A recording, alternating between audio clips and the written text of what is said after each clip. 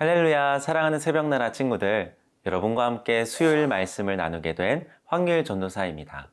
오늘 말씀이 우리의 삶을 바꾸는 놀라운 말씀이 되길 축복합니다.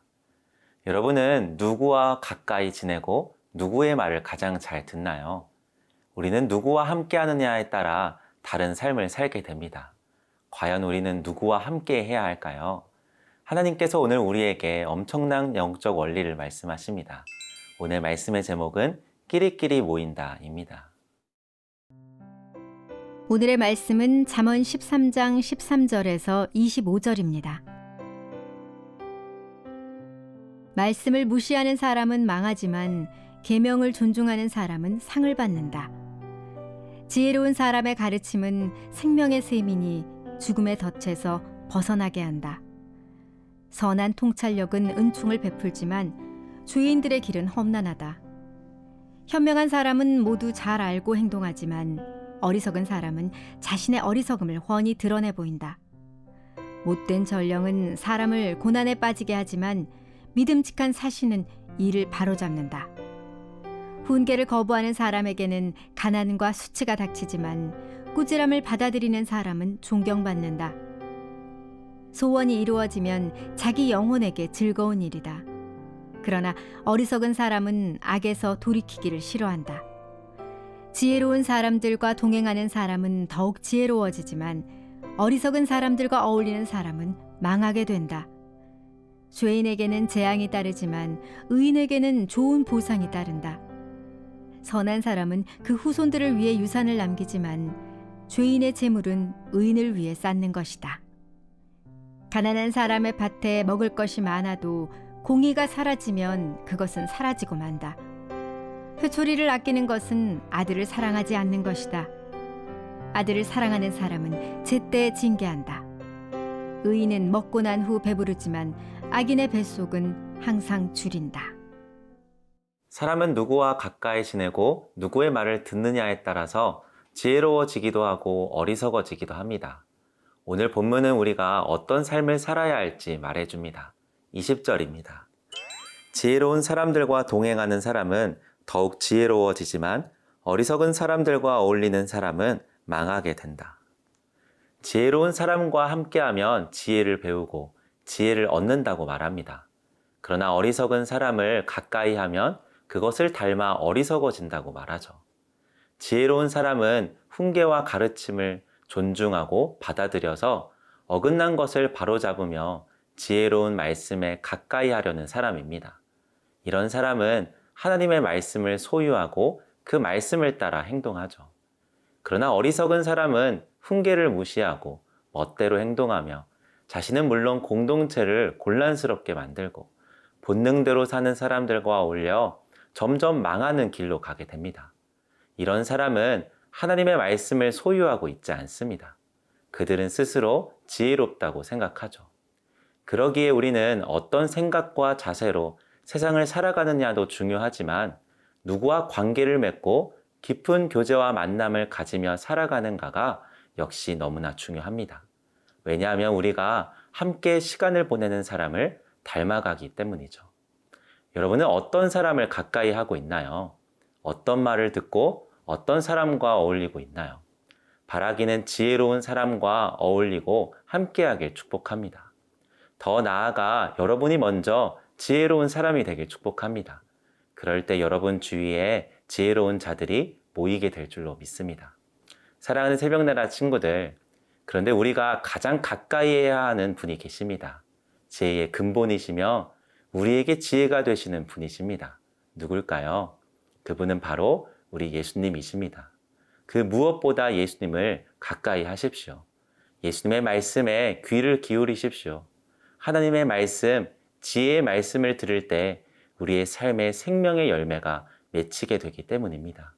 예수님을 가까이 할 때 구원이 우리에게 주어짐을 기억하길 축복합니다. 악인의 말은 우리를 어리석게 하고 죽이지만 예수님의 말씀은 우리를 지혜롭게 하고 살리는 줄로 믿습니다. 지혜의 말씀 속에서 떠나지 않는 모든 새벽나라 친구들이 되길 축복합니다.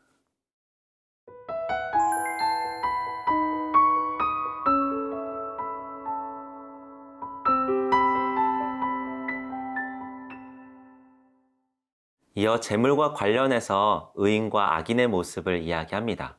22절입니다. 선한 사람은 그 후손들을 위해 유산을 남기지만 죄인의 재물은 의인을 위해 쌓는 것이다. 선한 사람은 하나님을 경외하며 하나님께 순종하는 사람입니다. 다른 사람에게 사랑을 베푸는 자이죠. 이런 인생은 하나님께로부터 큰 복을 받게 될 뿐만 아니라 그 자손까지도 풍족하게 될 것이라고 이야기합니다. 반면 죄인은 그릇된 방법을 동원하여 재물을 모읍니다. 공동체 가운데 자신만 생각하며 약한 자들을 홀대하고 가난한 자들을 무시합니다. 이들은 재물을 모은다고 할지라도 그 재물은 의인을 위해 쌓인다고 이야기합니다. 이 말은 수동태로 쓰였는데 번역하면 이 모든 일이 자신의 의지로 이루어진 것이 아니라 역사의 주관자이신 하나님의 개입에 의해 이루어진 것이라고 말하는 것이죠. 악인이 아무리 재물을 많이 모아도 하나님이 개입하시면 그 길이 막힌다는 겁니다. 누가복음 12장에 보면 어리석은 부자의 비유가 나옵니다. 어리석은 부자는 자신이 거둔 많은 재물로 인해 행복해합니다. 그러나 그것을 주시고 주장하시는 분이 누구신지 관심이 없었죠. 예수님은 이 비유를 통해 이렇게 말씀하십니다. 누가복음 12장 20절에 이 어리석은 사람아, 오늘 밤 내 영혼을 내게서 찾을 것이다.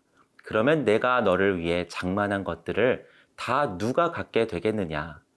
하나님께서 그 재물을 취하시면 부자의 노력이 헛된 것임을 말합니다. 결국 하나님이 없으면 삶에서 무엇을 얻어도 아무런 의미가 없다는 것이죠.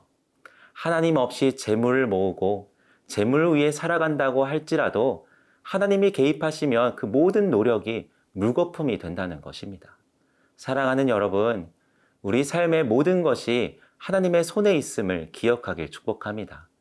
단순히 재물뿐만이 아니라 우리 삶의 모든 영역에 하나님이 계시지 않는다면 그 노력은 헛된 것이 됩니다. 잠언 3장 35절에서도 이야기했었죠. 지혜로운 사람은 영광을 얻지만 어리석은 사람들이 노력해 얻은 것은 부끄러움 뿐이다. 우리는 이 땅의 것을 보다가 하나님을 놓치는 경우가 많습니다. 당장 경쟁해야 하는 것 때문에, 당장 받아야 하는 시험 점수 때문에, 당장 해야 하는 공부와 학교, 성공 때문에 하나님을 놓칠 때가 많습니다. 내 삶의 주인이 하나님이심에도 내 삶의 주인이 내가 되어 살아갈 때가 너무나 많다는 거예요. 그럴 때 오늘 말씀을 기억하세요. 모든 것의 주관자 되시는 하나님이 빠진 노력은 헛된 것임을 기억하길 축복합니다. 하나님을 붙드는 것이야말로 가장 지혜로운 삶입니다. 여러분 혹시 이 찬양 아세요? 믿음이 없이는 기쁘시게 못하나니 고된 수고도 다 헛될 뿐이라. 믿음이 없어서 무너진 삶의 모든 자리에 다시 주님을 기다립니다. 그 무엇보다 예수님을 가까이 하십시오. 예수님이 빠진 노력은 헛된 것임을 기억하는 모든 새벽나라 친구들이 되길 축복합니다. 오늘도 말씀으로 시작하는 여러분의 하루를 진심으로 응원합니다.